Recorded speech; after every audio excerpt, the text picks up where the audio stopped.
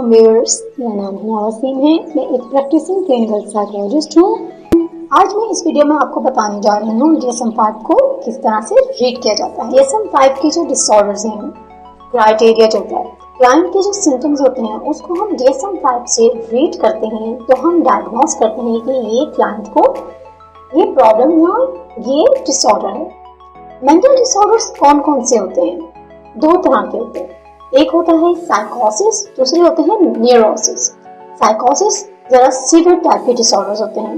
उसकी क्लासिफिकेशन कुछ इस तरह से की गई है कि जिसमें शिज़ोफ्रेनिया, मेनिया, बाइपोलर और डिप्रेशन, यानी जिनका इलाज जो है वो मेडिसिन के बगैर मुमकिन नहीं होता। न्यूरोसिस जिनको काउंसलिंग सेशन से भी ठीक कर सकते हैं।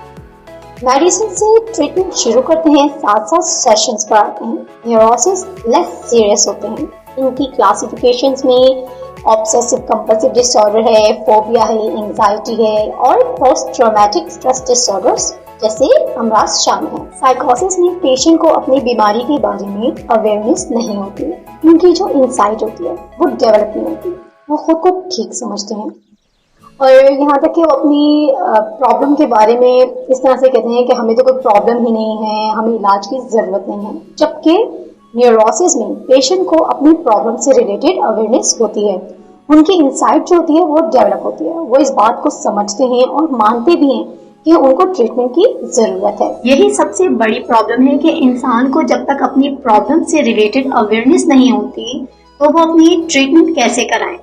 जब अपने मसले से रिलेटेड उन्हें पता होता है तो चांसेस होते हैं कि जल्द ही ठीक हो जाए।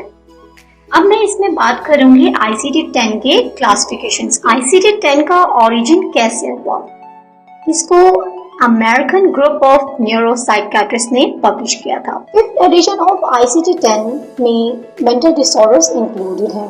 ICD-10 की क्लासिफिकेशन न्यूमेरिकल और अल्फाबेट फॉर्म में की गई है। WHO ने ICD-10 को क्लासिफाई करने के लिए जो अल्फाबेट इस्तेमाल किया है वो F है।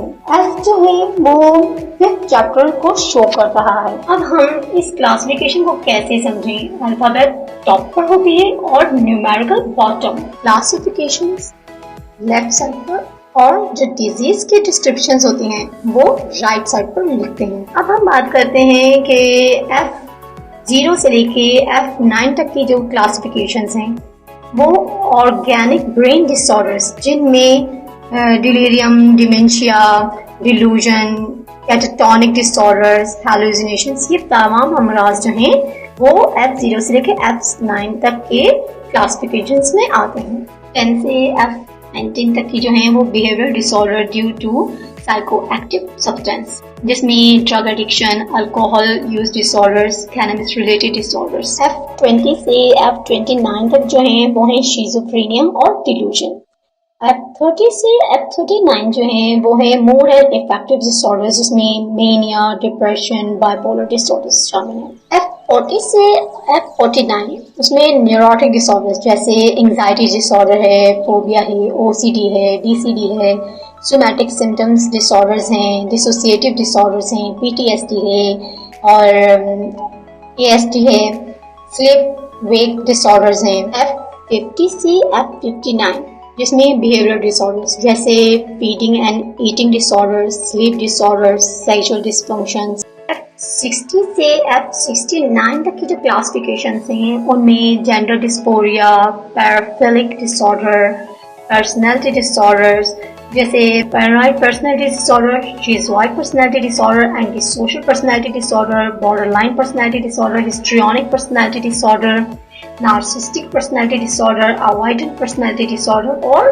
डिपेंडेंट पर्सनैलिटी डिसऑर्डर्स शामिल हैं। F70 से F79 तक की जो क्लासिफिकेशंस है वो मेंटल रिटार्डेशंस की और F80 to 89 जो है वो साइकोलॉजिकल डेवलपमेंटल डिसऑर्डर्स, जिनमें कम्युनिकेशन डिसऑर्डर्स हैं, लर्निंग डिसऑर्डर्स हैं, मोटर डिसऑर्डर्स हैं, न्यूरो डेवलपमेंटल डिसऑर्डर्स हैं, ऑटिज्म स्पेक्ट्रम डिसऑर्डर्स हैं।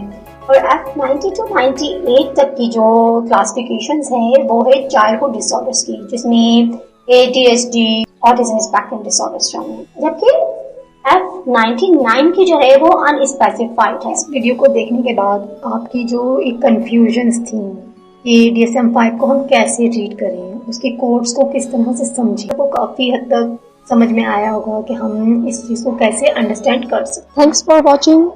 Please like, share and subscribe. Allah Hafiz.